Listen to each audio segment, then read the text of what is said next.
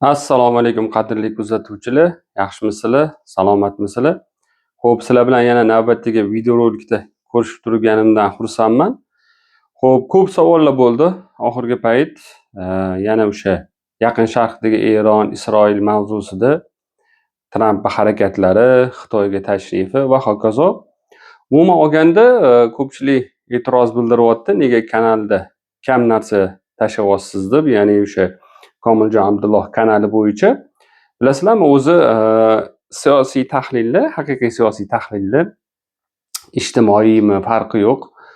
Ya'ni odamlar bilan bo'lgan, jamiyat bilan bo'lgan tahlillar bu qisqa tahlillar bo'lmaydi, ya'ni 3 oylik, 1 yillik tahlillar bo'lmaydi. O'rtacha 5 yildan 15 yilgacha, hattoki 20 yilgacha bo'lishi mumkin. Ya'ni tahlil shunaqa bo'ladi.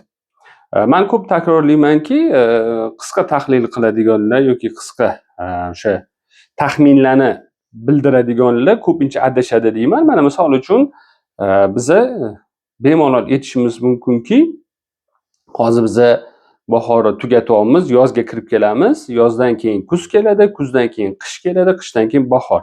Ya'ni bu sikl bor, aylanadigan. Mana shu narsani biza aniqlik bilan tahlil qilishimiz mumkin va taxmin qilishimiz mumkin. Siyosatda ham xuddi shunaqa. Ya'ni tahlilda va taxminda xuddi shu narsalar aytiladi. Nimaga deyilsa, Alloh bu dunyoni bir ajoyib qonuniyatlar bilan yaratganki, unda doimiy sikl aylanadi va bu sikl bir xil bo'lmaydi. Qanaqa aytmoqchimanki, bitta joyda aylanmaydi. Buni bir spiral holatda bo'ladi, o'sha joyga qaytib keladi, faqat boshqacha ko'rinishda aylanib kelaveradi. Xuddi shunaqa fasllar ham bilasizlar, har doim bir xil bo'lmaydi.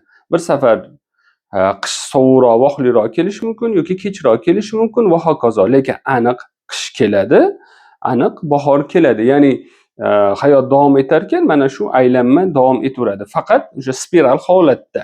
Ya'ni bir joyda doira shaklida aylanavermaydi. Ya'ni shunaqa deydigan filosoflar ham bor, lekin ularniki to'g'ri emas. Ya'ni o'sha aylanib keladi, faqat boshqa ko'rinishda. Xuddi shunaqa siyosiy tahlillar ham xuddi shunaqa, chunki jamiyat ham, insoniyat ham o'sha Alloh yaratgan qonuniyat bilan yashagandan keyin siyosiy holatlar ham xuddi shunaqa bo'ladi. Endi Yaqin Sharqdagi tahlil bo'yicha biza men o'zim ko'p yozganman, ya'ni o'sha Yaqin Sharqdagi asosiy bo'ladigan to'polonni maqsadi Xitoyni blokada qilish. Chunki Amerikani bugungi kundagi raqibi Xitoy. Yevropani ham bugungi kundagi raqibi Xitoy. Ya'ni qaysi ma'nodaki, Xitoy muayyan bir darajaga yetib keldi. Endi buni hozir to'xtatishmasa, o'sha sharqiy loyiha amalga oshishi mumkin va ertaga Xitoyga kichkina kuch yetmasligi mumkin. Shu narsani oldini olish uchun Amerika ham, Yevropa ham Xitoyni to'xtatmoqchi va bunda faqat har bir guruhni o'zini manfaati bor. Ya'ni o'zi o'ylagan, o'zi reja qilgan ssenariy bo'yicha bu narsani amalga oshirishmoqchi. Shuning uchun men nima demoqchimanki, bu yerda vaziyat shunaqa qarash kerak. Bundan 100 yil oldin ham xuddi shunaqa narsa bo'lgan. O'sha butun dunyo Romanovlarga qarshi birlashgan va shunda Romanovlarga qarshi diversiya ishlarini olib borishgan va o'sha Italiya Turkiya urushi, yosh turklar jamiyati boshlig'i bo'lgan Turkiya davlatiga qarshi Italiya urushgan va buni orqasidan o'sha Qrimda bo'g'ozlar yopilib qolib, bu nima deydi, Rossiya imperiyasiga qattiq savdo zararini bergan va butun ishi to'xtab qolgan. Bu yerda ham xuddi shunaqa, ya'ni Yaqin Sharqdagi to'polon o'sha biza bo'ldik, Hormuz bo'g'ozi yopilib qoldi va buni orqasidan Xitoy neftsiz qolib ketadi. Nimaga deyilsa, chunki Xitoy rasman neftni Saudiya Arabistondan olsa, yarmini norasmiy Erondan oladi. Chunki Eron, biza bilamiz, o'sha taqiqlar ostida norasmiy sotib olishadi ko'pincha Erondan neftni. Va mana shu narsani hisobiga Xitoy jiddiy zarar ko'radi. Chunki Xitoy industriyasi o'sha hammasi neftga bog'langan, katta kompaniyalar, zavod, fabrikalar. Endi to'g'ri aytishingiz mumkin, chunki odamlar o'zini fikri bilan fikr qiladi. Misol uchun sizni kafengiz bo'lsa, o'tga xomashyo yetib kelmasa, oziq-ovqat siz boshqa bozordan borib olishingiz mumkin. Lekin neftda bunaqa darajadagi ishlarda bunaqa hodisa sodir bo'lmaydi. Misol uchun sizni kelgusi 3 oylik neftingiz yetib kelayotgan bo'lishi mumkin, lekin 3 oydan keyingi neftingiz mana shu urush hisobiga yetib kelmasligi mumkin va buni siz 3 oy ichida yoki 6 oy ichida hal qila olmaysiz. Chunki yangi shartnomalar, yangi ishlar neftlarda kelishuvlar qilganda siz kelishuv qilayotgan joy boshqalar bilan kelishuv bo'ladi va u kelishuvni amalga oshirgandan keyin sizga neft berishi mumkin. Shuni hisobidan Xitoy neftsiz qolib ketishi mumkin va bu neftni Xitoy kelgusida hal qilish yo'li faqat Rossiya qolib ketishi mumkin. To'g'ri, O'rta Osiyo ham bor, Turkman gazi bor, lekin ular buni kerakli darajada qoplamaydi. Shuni hisobiga Xitoy o'tirib qoladi va majbur bo'ladiki, to'liq Rossiyaga qaram bo'lib qolishga, xomashyo bazasida va bu ertaga ajoyib bir kunda urushga olib kelishi mumkin. Chunki boshqacha chora qolmaydi. Xitoy yolg'iz do'sti Rossiya va Yevropadan, tashqi dunyodan sun'iy ravishda uzib qo'yilgan Rossiyani yolg'iz do'sti Xitoy bo'lgandan keyin siyosiy nuqtai nazardan qaraydigan bo'lsak, do'stchilik degan narsa yo'q siyosatda, manfaatlar bor va ajoyib bir kunda yo u yo bu birinchi bo'lib bir-birini sotishi mumkin. Shuni hisobga olib, birinchi ikkita tomon hujumga o'tishi mumkin va o'z-o'zidan o'sha Xitoy Rossiya rejalashtirilgan urushi amalga oshishi mumkin. Va bu urush ham o'sha aytib o'tganimdek, har bir guruhga o'sha Yevropadagi Amerikani o'zini rejalari bor va shu borada to'polon bo'lyapti. Endi agar sizlar bitta e'tibor qiladigan bo'lsanglar, o'sha Hormuz bo'g'ozidagi to'polonlar boshlanishi bilan O'zbekistondagi o'sha neftga bog'liq, gazga bog'liq kompaniyalar bilan ham muammolar boshlandi. Bir ikkita kompaniyalarni Britaniya kompaniyalari olishni boshladi. O'sha Inter Engineering bilan bo'lgan to'polonlar boshlanib ketdi. Bular hammasi o'sha Xitoyga qarshi ish, chunki Xitoyga o'sha kerak bo'lsa Rossiya neftsiz ham qoldirishmoqchi. O'zi umuman agar o'sha Trampni ozgina tahlil qiladigan bo'lsak, nima deydi? Xitoyga tashrifini bu yerda o'sha hamma gapiryapti-ku, Xitoy bilan kelisha olmabdi, boshqa. Bu yerda asosiy ishi o'sha butun millionerlarni, kompaniya raislarini olib borgani asosiy ishi bu Xitoy bugungi kundagi eng katta toza bozor G'arb uchun. O'sha Sovet ittifoqini ham o'zi shu sababli so'yib yuborishgan edi. Ya'ni Sovet ittifoqi juda katta bozor edi. Bilamiz, o'tga ko'pchilik kira olmasdi va Sovet ittifoqini so'yib yuborishdi va u yerga juda katta bozor ochildi, kirib kelishdi va Xitoyda ham xuddi shunaqa, chunki Xitoy o'zi yopiq joy, aholisi ko'p. Shuning uchun Xitoy bu katta bozor va rejaga ko'ra biz o'sha o'ylagandek emas hamma, ya'ni Xitoy bular tetugi bilan yo'q qilib yubormoqchiman.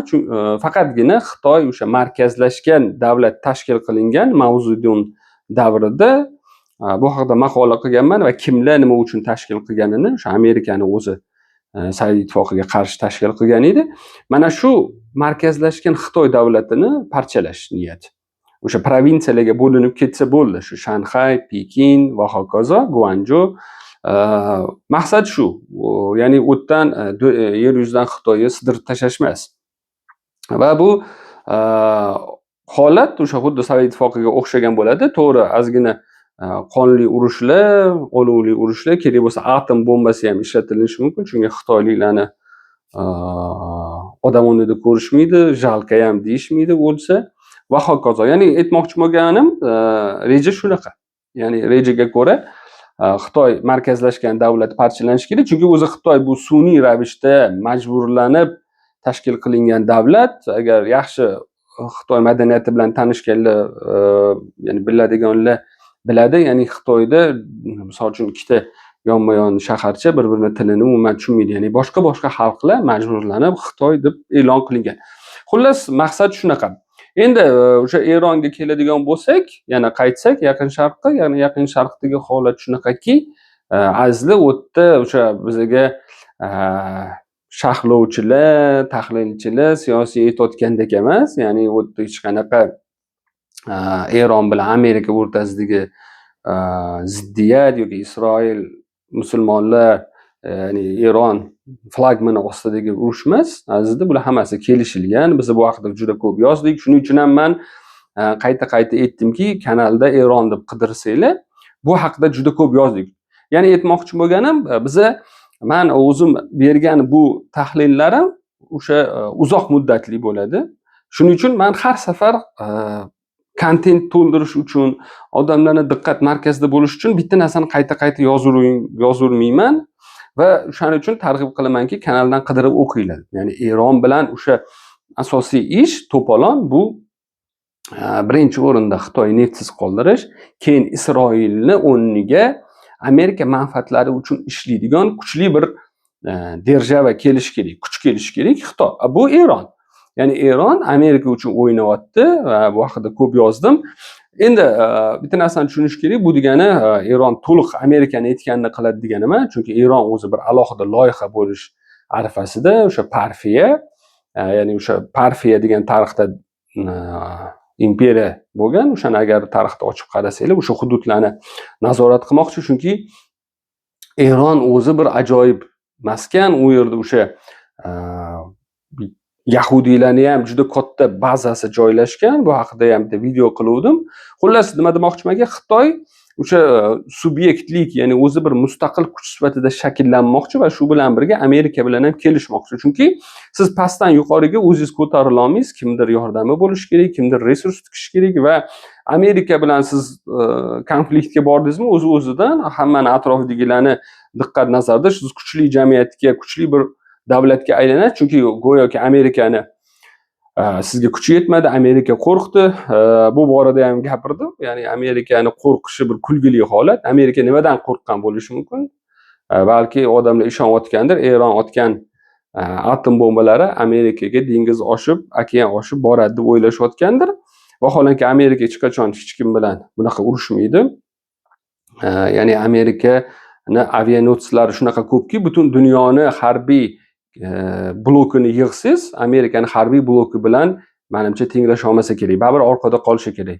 Ya'ni shunaqa darajada qudratli bir harbiy blok tuzishgan, ularni flotini umuman gapirmasa ham bo'ladi, bularni avianotslarini ko'pligini. Ya'ni bemalol Eron bilan qo'shib boshqa davlatlar bilan ham o'sha yerda Amerika kurasha oladigan darajada. Amerikani yengish uchun qurol-yarog' bilan urushib bo'lmaydi. Bu xato. Buni inglizlar juda ham yaxshi biladi. Shuning uchun ham inglizlar boshqacha tahdid qilishadi. Buni biz o'sha Charles tashrifidan ko'rdik. Tahdidlar hammasi tochkalarga, nuqtalarga boryapti. Ya'ni u yerda ilmiy zarbalar bo'ladi. Ya'ni Amerika imperiya, yangi Rim imperiyasi va yangi Rim imperiyasini siz tashqaridan qulatolmaysiz, olmaysiz, uni faqat ichkaridan qulatishingiz mumkin. Bu endi alohida mavzu, bu haqida ham kelajakda gaplashamiz. Nima demoqchimanki, Yaqin Sharqda vaziyat o'zgaryapti. Buni haqida ham ko'p yozdik. Isroil loyihasi tugagan. Isroilni ko'chirib o'tish kerak. O'sha aholisini muayyan bir darajadagi aholi ko'chib o'tish kerak har xil joylarga. Ukrainadagi loyiha to'liq amalga oshmayapti. Uni ham o'sha inglizlar yo'l qo'ymadi. Amerikani rejasini puturga yetkazib, ya'ni meni fikrimcha endi yevreylar xuddi Isroildagi muayyan bir joyda hammasi jamlana olmaydi, dunyoga tarqab ketishadi va buni oldin Isroil Amerikani manfaatini bajargan bo'lsa, Yaqin Sharqda endi shuni Eron bajaradi va shu bilan birga Eron o'z manfaatlariga erishadi. Ya'ni o'sha yerdagi flagman, o'sha kerak bo'lsa o'sha islom bayrog'i ostida qo'shtirnoq ichidagi, ya'ni bu yerda shunaqa holat bo'ladiki, ko'pchilik yana fikr bildiradiki, go'yoki Isroil Amerikani boshqaradi deyishadi. Shuni ham ozgina tushuntirib o'tib ketaman. Qadrli do'stlar, Isroil, ya'ni yevreylarni Amerikada juda katta diasporasi bo'lgani bilan bunaqa emas. Amerika aslida Isroildan foydalanadi. Yaqin Sharqda buni qarama-qarshisi Saudiya Arabistoni edi muayyan bir darajada. Keyin Isroil loyihasi tugagandan keyin mana Saudiya Arabistoni ham islomiy davlatchilik ko'rinishidan o'sha bayroqdan voz kechdi. Endi u dunyoviy davlat bo'lmoqchi. Muhammad bin Salmonlar shunga harakat qilmoqchi va shu sababli ham Tramp jahli chiqdi Muhammad bin Salmondan, unga o'sha namoyishkorona uni haqoratladi. Bu bilan Tramp bularni qo'rqoq demoqchi emas. Bularni aksincha, bularni o'sha o'zi mustaqil harakat qilishni boshlaganidan jahli chiqyapti Amerikani. Ko'ramiz buni pozitsiyasi qanaqa bo'ladi. Muhammad bin Salmon buni eplay oladimi? Chunki ancha siyosiy kuchli yigit. Xo'p, nima demoqchimanki, to'g'ri, Amerikada diasporasi katta yevreylarni, lekin sizlar o'ylagan darajada emas. Ya'ni Amerika doim Isroilga nega yordam bergan? U yerda Amerikaning manfaatini himoya qilgani uchun. Va ajoyib bir kunda o'sha kerakli ishlar amalga oshirilgandan keyin, kerakli guruhlar ko'chib o'tgandan keyin, ko'chib o'tmayman degan fanatik yevreylar qolsa ham Isroilni dabdala qilishligi mumkin. Bundan o'sha Eron o'zidan foydalanishligi mumkin yoki Turkiyani hozirgi kunda proksi sifatida harakat qilayotgan Suriyadan foydalanishligi mumkin va hokazo. Buni har xil variantlari bor, juda ko'p. Demoqchimanki, yevreylar diasporasi sizlar o'ylaganchalik emas. Hattoki Amerikada Italiya diasporasi kuchliroq, ko'proq yevreylarning diasporasidan. Buni biz o'sha mafiya kinolaridan juda yaxshi bilamiz. Amerikadagi yevreylar bilan italyanlarning qanaqa jang qilgani va qanaqa ishlar bo'lgani. Demoqchimanki, qadrli do'stlar, tasvir shunaqa. Yaqin Sharqdagi maqsad o'sha Xitoyga zarba berish, Xitoy bilan Rossiyani yaqinlashtirish. Shuning uchun ham bejizga Trampdan keyin darrov Putin bormadi. Endi biz o'shalarni kuzatamiz. Bularni hozir biz aniq ayta olmaymiz. Hech kim ayta olmaydi, chunki hammasi yopiq eshiklar bilan bo'lgan, yoritilmayapti. Xitoy uning ustiga yopiq davlat. Biz buni kelgusi 6 oyda mana shu muzokaralar nima bo'lgan, nima bilan kelisha olmagan, mana shu narsalarni hammasini kelgusi 6 oyda ko'ramiz. Charles bilan Tramp uchrashuvlarini ham o'sha natijasini biz 6 oydan keyin ko'rishimiz mumkin. Agar sizlarga kimdir qisqa muddatli nima deydi, taxminlarni aytayotgan bo'lsa, men ko'pincha bunaqa taxminlarga quloq solmayman. Chunki bunaqa narsalar kimdadir to'g'ri chiqishi mumkin, kimdadir noto'g'ri chiqishi mumkin. Bu xuddi ertalab turib bugun aniq yomg'ir yog'adi deyishga o'xshaydi. Lekin ertalab turib siz aytishingiz mumkin, agar havo o'sha bulut bo'lsa, azizlar bugun yomg'ir yog'ishi ehtimoli bor. O'zingizlar bilan soyabon olinglar deyishingiz mumkin. Lekin aniq aytib bo'lmaydi. Bu o'sha men ko'p qaytaraman, aniq prognoz beradiganlar bular o'sha kichik harflardagi ilohiylikka da'vo qilish. Alloh saqlasin, bu narsadan men doim uzoq turganman. Shuning uchun men taxminlarim, tahlillarim ko'pincha uzoq muddatli bo'ladi. Ya'ni aytmoqchimanki, kelgusi 6 oyda biza bo'ladigan vaziyatlarni analiz qilib, bugun bo'lgan muzokaralar nima haqida bo'lganini taxmin qilishimiz mumkin. Sizlarga yetkazmoqchi bo'lgan fikrlarim shu. Savollar bo'lsa, fikrlar bo'lsa yozarsizlar, kutib qolamiz. Sababini tushuntirdim, nega kam yozishimni. O'sha iloji bo'lsa, erinmasdan ozgina kanalda bo'layotgan mavzular haqida qidirib, o'qib ko'ringlar. Yaxshi kunlarda ko'rishaylik. Salomat bo'linglar.